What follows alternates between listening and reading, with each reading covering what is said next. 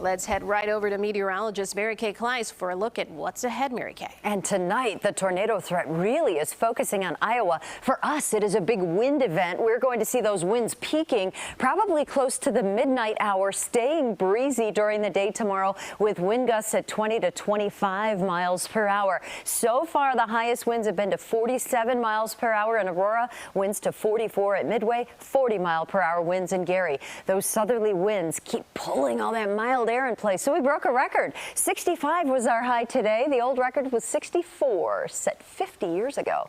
Everybody made it into the 60s today. Normal high is 37 degrees. Right now we have this stratus deck that's over the city.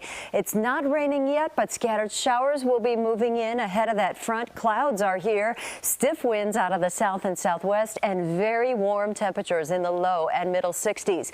But now the high wind warning goes into effect at 6 o'clock tonight, right through the night. Winds to 60 miles per hour. Those are the highest gusts we expect as this front comes through for all these areas shaded in this darker color. South of that, it's a wind advisory with wind gusts of 50 to 55 miles per hour. This is a very impressive storm center now rotating through the eastern parts of Nebraska. Look at this squall line moving into Iowa. This is going to be the focus for severe weather tonight from Omaha all the way to southern Minnesota. Places here have snow on the ground, believe it or not, and now we have severe weather moving in.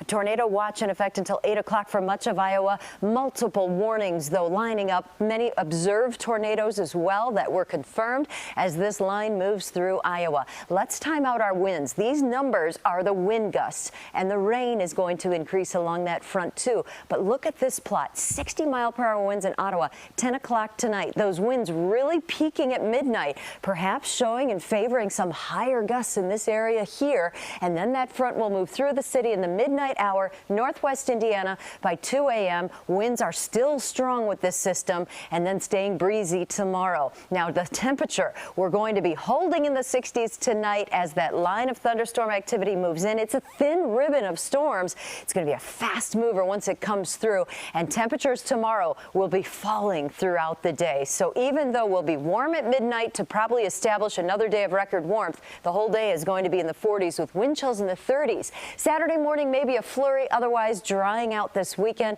leading into the holiday and the first day of winter above freezing temperatures. But let's brace for those winds tonight. You know, if you have some outdoor decorations,